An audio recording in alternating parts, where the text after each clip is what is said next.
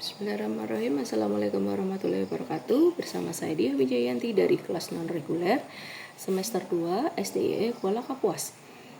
Baiklah, saya akan membacakan buku Madilog karya Tan Malaka yang Tan Malaka bab 4 lanjutan yang bertemakan sains. Dalam bab 4 lanjutan ini, Tan Malaka semakin menegaskan bahwa ilmu pengetahuan itu tidak hanya penting untuk memahami alam, tetapi juga penting untuk memerdekakan pikiran.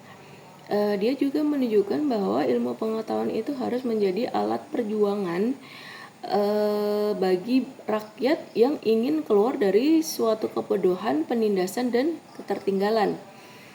Tan Malaka itu menyampaikan bahwa ilmu itu tidak lahir dari suatu wahyu ataupun dogma, tetapi dari pengalaman, pengamatan, dan eksperimen. Dia juga menegaskan bahwa tidak ada otoritas mutlak dalam ilmu. Kebenaran itu hanya sah jika dibuktikan dan diuji oleh siapa saja. Hal ini sangat berbeda dengan ajaran-ajaran lama yang melarang pertanyaan dan menganggap semua hal itu pasti. Dia juga mengkritik keras cara berpikir yang hanya berdasarkan hafalan dan kebiasaan tanpa proses berpikir rasional. Menurutnya, sekolah-sekolah zaman kolonial terlalu menekankan hafalan dan kepatuhan, bukan karena berpikir. Bangsa Indonesia itu tidak akan maju jika generasinya tuh hanya menghafal, bukan memahami. Ilmu pengetahuan itu berkembang secara historis dari zaman Yunani kuno sampai ke Eropa modern, menunjukkan bahwa kemajuan di barat itu terjadi karena mereka itu berani mempertanyakan hal-hal yang sebelumnya dianggap sakral seperti ajaran gereja ataupun tahayul.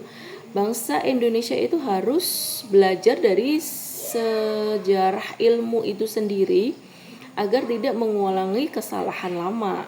Bila rakyat Indonesia itu tetap terjebak pada cara berpikir kuno dan tidak membangun suatu pendidikan yang ilmiah, maka kemerdekaan politik pun tidak akan membawa suatu perubahan yang nyata. Tan Malaka itu mulai menyambungkan pentingnya ilmu pengetahuan itu dengan Madilog, yaitu materialisme, dialektika, dan logika itu sebagai metode berpikir yang baru untuk rakyat Indonesia.